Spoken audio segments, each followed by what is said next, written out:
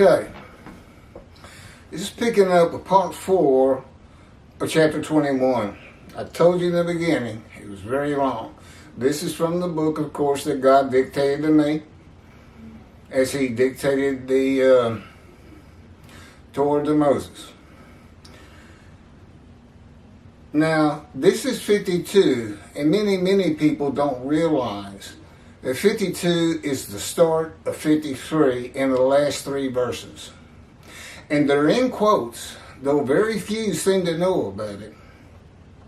It's a complete demarcation from what 52 is about. And it's about the return of the exiles. All of them. All 13 tribes. It's the remnant. It's God's prophecy fulfilled of the return of the remnant. And reaching Jerusalem, Ezra tells us the Israelites settled in their towns. The northern kingdom was inhabited by Gentiles from when the northern kingdom became exiles, or deported, and then Gentiles imported. So the exiles from the northern kingdom had to make new lands in Judah. I don't know, the Bible doesn't exactly tell us how it was determined who got what tracts, or however they did it. But the Israelites does not mean 2 of the tribes. If you say Israelites, you're talking about all 12 tribes and the Levites, the 13th tribe, that was not allotted a piece of land in the promised land. So I have commentary in the book on verses 1 through 12. And there's some very good information. And again, you can find this book at keithmccarty.wordpress.com. The first writing you come to, they're all from God, by the way, the entirety.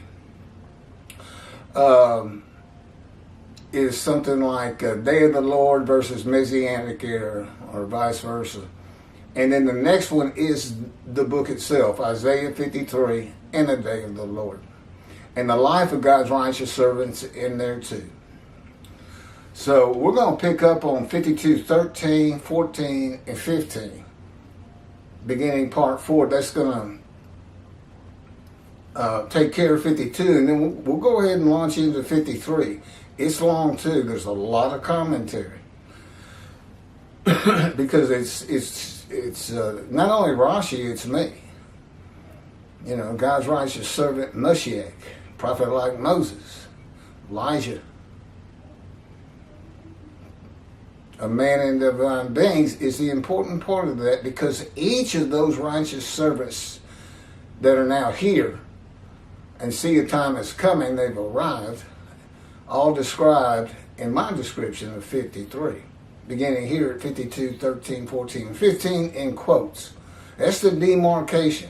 We're no longer talking about the return to exiles. Okay. Now Rashi, when we quote Rashi, we first read his Bible version of the verse. And then mine is from the JPS. I repeat it also. And then we have our commentary.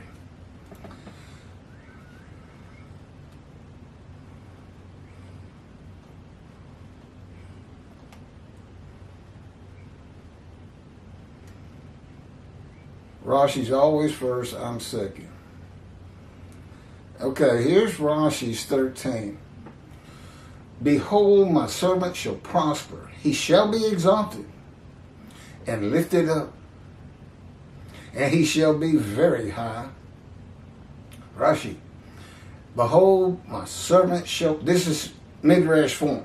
Take a verse, break it down, show or give an opinion on what every part means to have a full understanding of it. Behold, my servant shall prosper. Behold, this is Rashi. At the end of days, my servant Jacob, i.e., the righteous among them, shall prosper. He's talking about Israel, Jacob. His name was changed to Israel. By the way, that exalt, that's what Jews for Judaism uses in their commentary on Isaiah 53 for world exaltation. Not only is it not world exaltation, that's what it appears to be. They go out of their way to show it. Not only is it doesn't say world exaltation, actually what it is exaltation for the exiles rebuilding the temple. The exaltation came through the building of the separate temple. It's got nothing to do with the world. But not only that, it's got nothing to do with the 13 tribes, the exiles returning. No, this is what 53 is supposed to start with. This should have been 1, 2, and 3, 13, 14, 15. That's why it's put in quotes. It's a separation. Keith. Indeed, my servant shall prosper, be exalted, and raised to great heights. A little different, not much. My servant shall prosper, be exalted, and raised to great heights. Okay, my commentary. My servant is now the Gentile and not the exiles who becomes my righteous servant in Isaiah 53:11 after passing the test of devotion in Isaiah 53:10 when he makes himself an offering for guilt in a covenant with God. From a sinful man whose life has been lowly, full of grievous events and serious injuries, a man of pain and suffering, familiar with disease that the Spirit of God alights upon, to the crown of God's righteous servant who rises to great heights. And this is from Isaiah 11. That's where we find Moshiach, the anointed one, the twig of the shoot of the stump of Jesse, which I have a video on before this. The stock of Jesse that has remained standing shall become a standard to peoples. Nations shall seek his counsel, and his abode shall be honored. That's talking about Moshiach. The abode of the righteous servant is humble when the Lord cuts him off from the world of material things, cut off from the land of the living, just as Ezekiel was. In Isaiah 53:8, and in the end, the abode of the servant, the righteous servant, is one to be honored. In Isaiah 11, verse 10, from a poor man to a rich man, with the many as his portion, and the multitude as his spoil. That would be those who come to believe in me and become righteous, go back to synagogue, stop practicing Hebrew, becoming as learned as you can in all things Jewish. I mean, from cooking food itself, Yiddish, Talmud, Hebrew Bible, because that's going to be the information of your mind that God provides in heaven. It's a Jewish heaven for the Jewish people. And that will have people writing the Torah upon their own hearts. They're going to start studying again. They're going to get serious about being observant. You know, this is going to help the synagogues. The fact that God doesn't recognize their rabbis shouldn't bother your people one bit, because you have an option, rabbis. You don't want to be dismissed before the eyes of God, and you do want to enter the scroll of remembrance in this, the day of the Lord, and see the Jewish heaven. Now, the scroll of remembrance is for a special heaven, for the day of the people, the day of the Lord, who heed him, honor him, and listen to his prophet, which is rarely the case according to him. He told Ezekiel, they're not going to listen to you. They don't listen to me. But I'm going to make your forehead like adamant hard as, like adamant. And you shall not fear or be dismayed by my people. And that's the 5 refinement I've talked about. 14. Rashi. his Bible, whatever he's using, his Bible. As many wondered about you, quote, how marred the appearance is from that of a man, and the features from that of people, close quote. Rashi. And as many wondered, as many peoples wondered about them when they saw them in their humble state, and said to one another, how marred is his, brackets, Israel's, appearance from that of a man.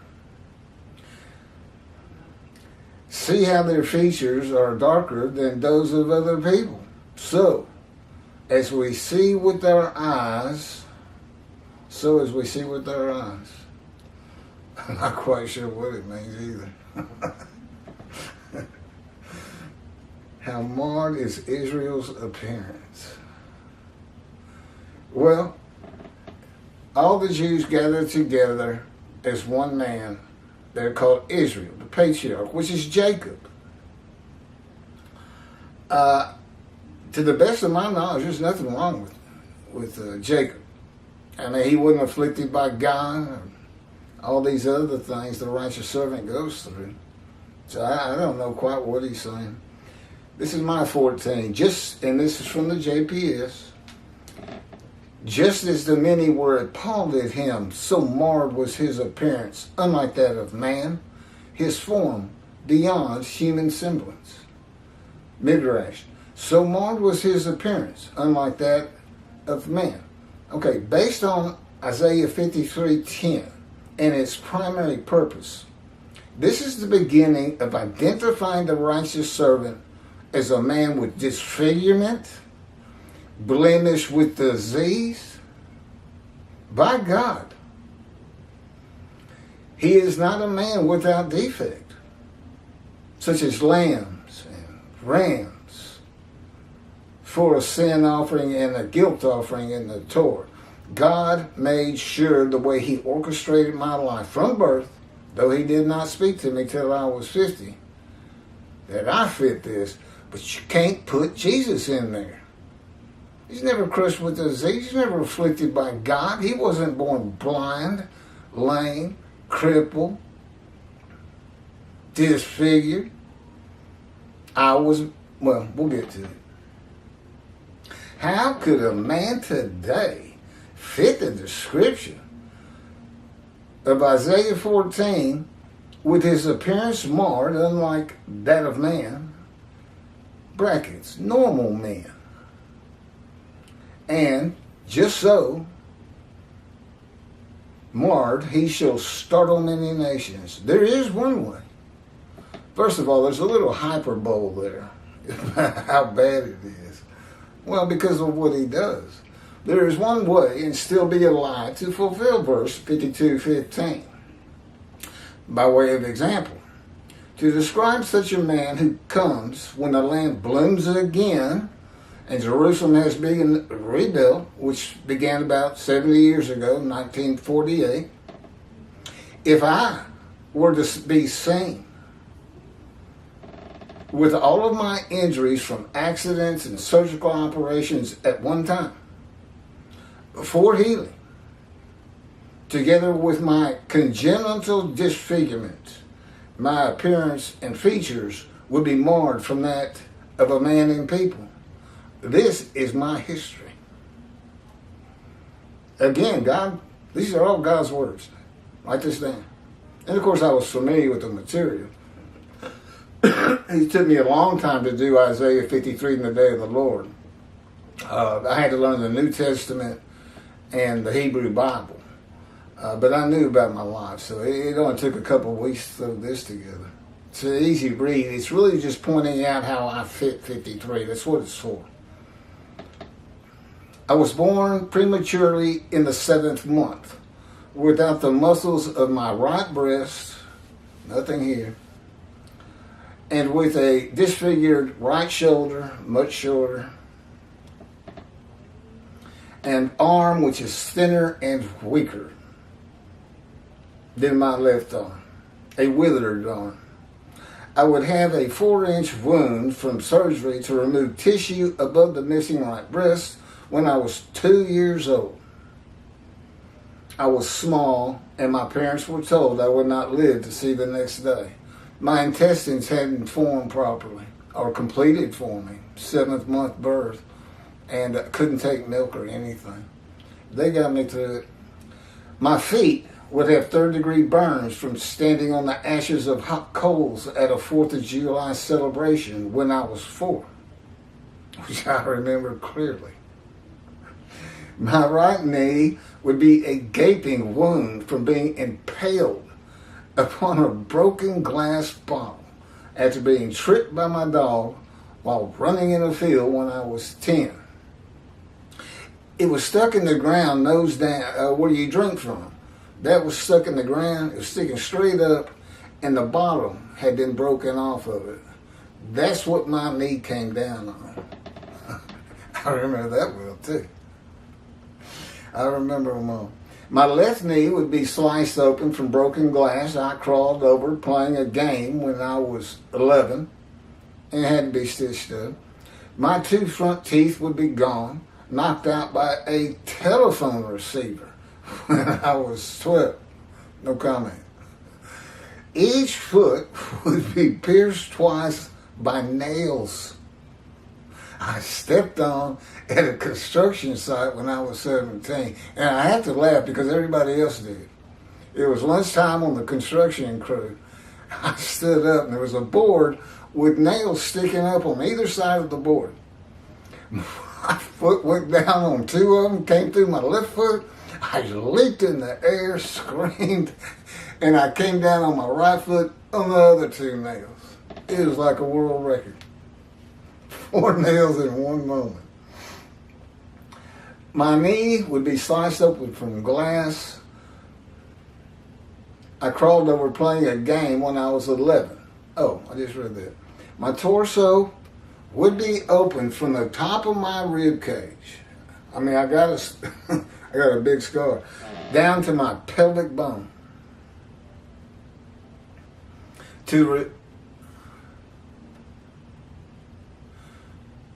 From surgery to repair a .22 caliber gunshot to my abdomen that came in on the front right side, went straight across my body, through my bladder, intestines, and colon.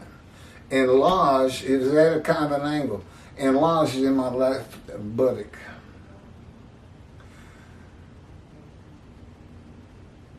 When I was 18.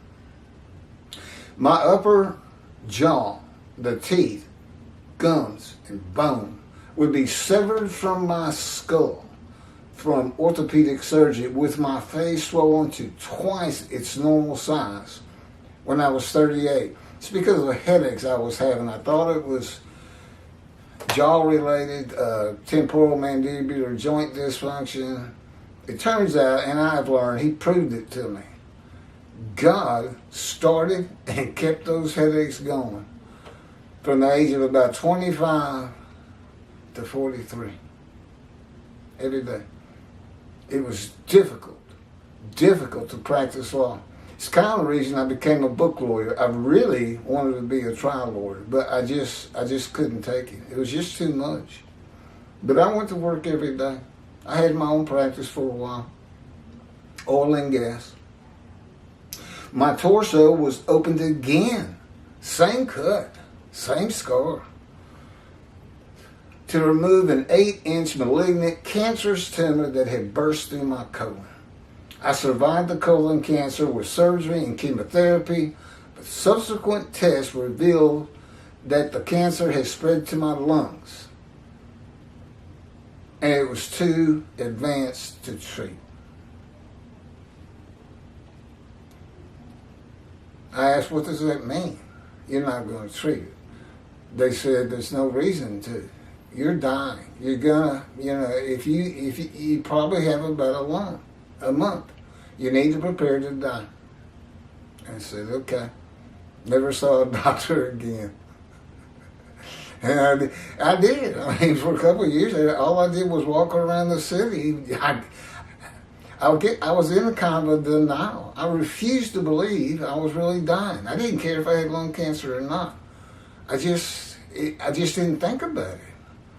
And yet my emotional state was not good. You know, I was all alone. You know, my kids had all grown up, moved on.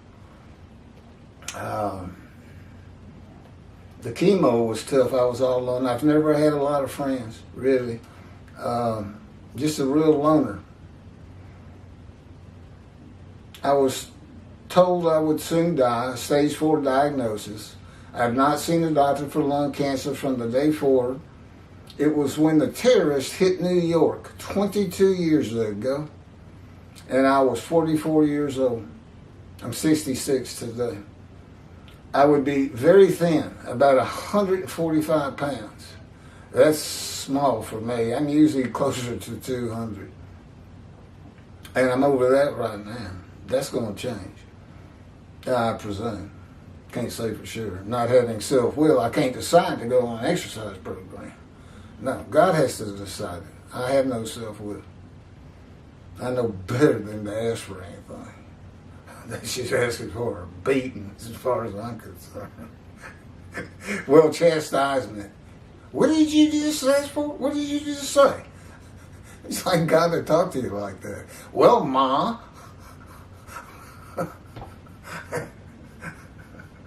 I was just wondering. I won't do it again. Excuse me. My ankles would be bruised and swollen from severe sprains while playing basketball and running at various ages. My chin would be lacerated from striking a wall at the end of a foot race when I was 21. And I would be covered with the childhood diseases of measles and mumps. Let me add this. This is before God spoke to me, when I was 50, which is a great story. It's, I think, chapter 7 in the life of God's righteous servant, and it's titled, God Speaks to an Atheist. It's pretty interesting. But let me add this. To these wounds and all the stitches and scars that, you know, that developed to heal them, God has added a broken hand. You know what he did? He has me,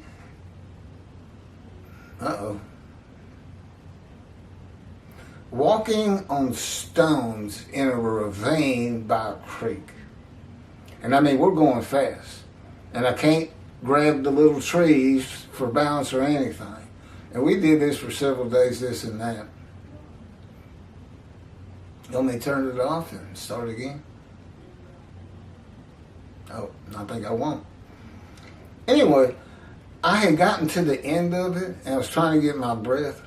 He was working me out. We also swam a lot early on. He's totally gotten away from the exercise thing since COVID. But we used to be a member at the gym. But all of a sudden, my hand just raised up. Right over a big stone. I mean, I'm talking about big stones that you can actually step on.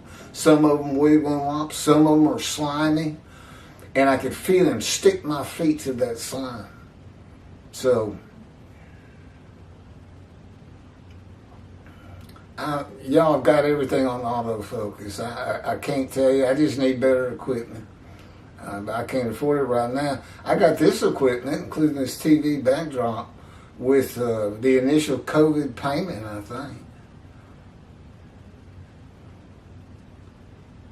Yeah, broke my hand. And my hand just came down, like bang! And broke this bone, which I had broken before. And he wouldn't let me go to the doctor. He says, go grab that branch and pull down. I grabbed this branch of a tree and pulled down, and the bone snapped back into place. I set my bone. And then he put his power around it just like it was a cast. It was healed in about 3 days. Although I did not have good movement of it for almost a year. It was real tight. Cracked my ribs on a railroad track. I was running down a railroad track and an invisible rope appeared down on the tracks, which my foot hit. I just went flying through the air, and it looked like my head was going to get crushed on a rail, And all of a sudden my body just flipped. And my head went past the rail and I cracked my ribs over here.